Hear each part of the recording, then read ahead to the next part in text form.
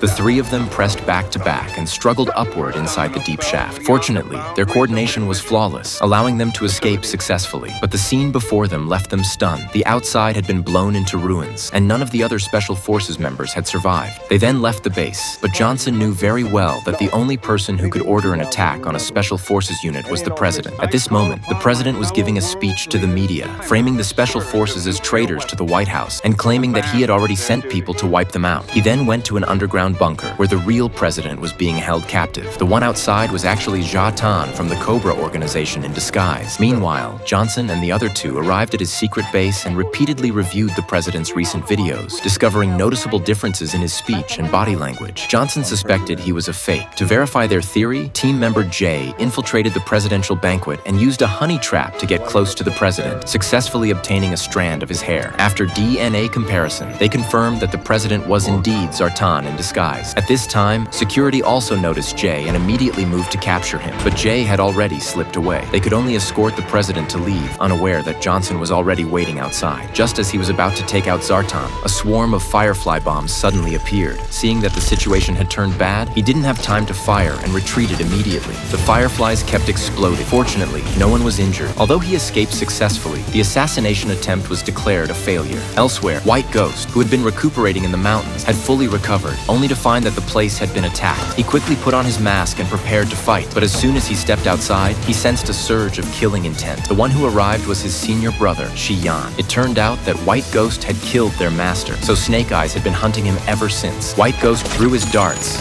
but they were all blocked by bullets. He rushed straight toward Snake Eyes and engaged in close combat. With their strengths evenly matched, the two fought fiercely, neither able to gain the upper hand. They crashed through a window and ended up outside. White Ghost seized the chance to grab Snake Eyes by the throat, but was unexpectedly knocked unconscious by their junior sister, who arrived just in time. They took White Ghost back to the clan, preparing to execute him to avenge their master, and the execution blade was the very one he had supposedly used to kill him. Suddenly, White Ghost rolled over and picked up the steel blade, only for it to be cut in half by Snake Eyes. At this moment, the Elder realized something was wrong. White Ghost's blade had been specially forged and should not have broken so easily. This meant that he was not the one who killed their master, but that someone else was responsible. Snake Eyes asked him, "Who would have framed you?"